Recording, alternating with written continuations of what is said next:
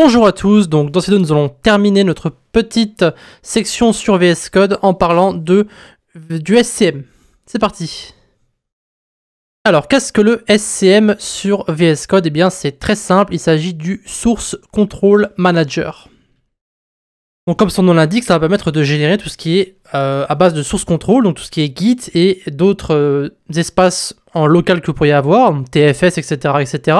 Et vous allez pouvoir travailler justement sur vos différents projets. Donc ici nous sommes de retour sur notre projet TypeScript et donc j'ai des changements donc, qui ont été faits récemment, donc qui n'ont pas encore été envoyés sur GitHub, et donc ils sont ici flagués sur la droite avec un U comme untracked ou alors M comme modified, d'accord? Et donc en gros ça va me montrer où sont ces différents fichiers, dans quel dossier, etc., etc. Donc ici, ce qu'on va faire, c'est qu'on va faire CTRL SHIFT et G, d'accord? Et donc ici ça va vous montrer en fait les différents changements que vous pouvez avoir.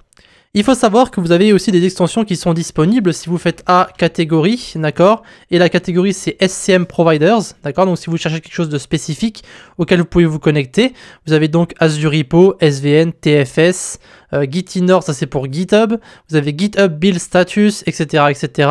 Et vous avez une extension qui est très utilisée et que j'ai dans mon pack de ressources qui s'appelle Git Lens, je crois. Laissez-moi aller chercher tout ça rapidement. Alors, j'ai l'extension GitHub qui permet de se connecter à GitHub et les différents repos. Je crois que j'ai plus GitLens. Attendez une seconde, on va marquer GitLens. Est-ce que c'est GitLens? Je me souviens plus. Attendez une seconde, je cherche. Hein. Voilà, donc GitLens, donc est en fait qui va en fait renforcer le module de VS Code, donc qui va en fait permettre d'ajouter certaines choses qui ne sont pas disponibles sur VS Code, évidemment. Donc personnellement, je m'en sers pas parce que je ne travaille pas en équipe avec d'autres personnes, mais si vous travaillez en équipe avec d'autres développeurs, ça pourrait être utile d'avoir cette extension parce que vous pouvez faire vraiment énormément de choses. Bien entendu, je n'utilise pas GitHub aussi de façon aussi avancée, du coup je n'utilise pas l'extension. Cependant, ça pourrait vous être utile. Et donc pour revenir à ces fameux SCM Providers, vous avez donc plein de choses qui sont disponibles, comme vous pouvez le voir ici. Vous avez Glitch, vous avez AG, vous avez peut-être Heroku qui traîne quelque part, bref, vous avez beaucoup de choses que vous pouvez récupérer dans les extensions. Donc CTRL SHIFT et G, et donc ici, vous allez pouvoir cliquer sur différents fichiers et vous avez plusieurs options. Vous pouvez ouvrir le fichier en question, d'accord? Il va vous montrer ici sur le côté qu'est-ce qui a été fait comme changement, d'accord? Donc ce sont les petits traits bleus, plus ou moins. Vous pouvez cliquer dessus et vous pouvez voir les changements qui ont été faits, d'accord? Ou alors les choses qui ont été ajoutées. Voilà, vous pouvez voir, vous pouvez cliquer, vous pouvez voir ce qui a été fait, etc., etc. Et si vous cliquez sur le fichier en lui-même, il va vous faire une comparaison entre le fichier actuel et le fichier et les modifications, pardon. Donc vous pouvez voir qu'ici par exemple j'ai rajouté donc une ligne sur la commande doc.ts et donc on peut voir encore sur les autres fichiers tout ce que j'ai ajouté ou pas ajouté, etc., etc. D'accord?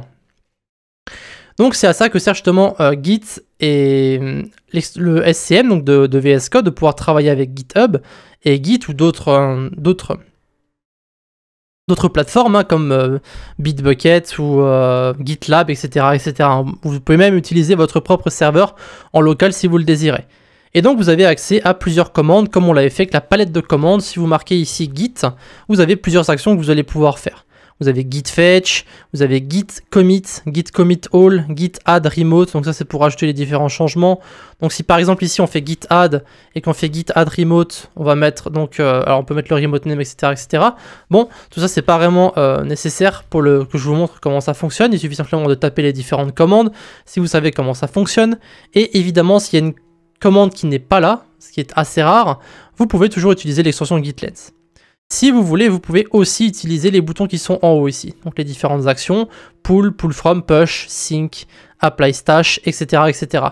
Après, il ne s'agit pas ici d'une introduction à Git, hein, c'est simplement pour vous montrer que VS Code possède un SCM que vous pouvez utiliser pour gérer justement le côté Git, etc.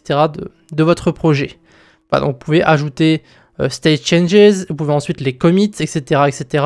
Donc si on appuie ici sur le bouton commit, ça va automatiquement demander de d'ajouter tous les changements. Vous appuyez sur oui, il va vous demander le commit que vous allez faire, et donc ici on peut mettre quick update, new command, role ID.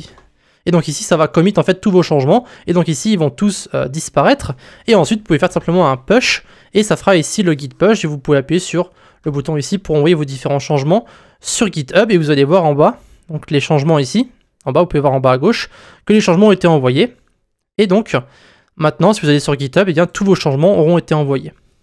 Voilà. Donc, encore une fois, vous pouvez faire plein de choses. Vous pouvez cloner des repositories directement.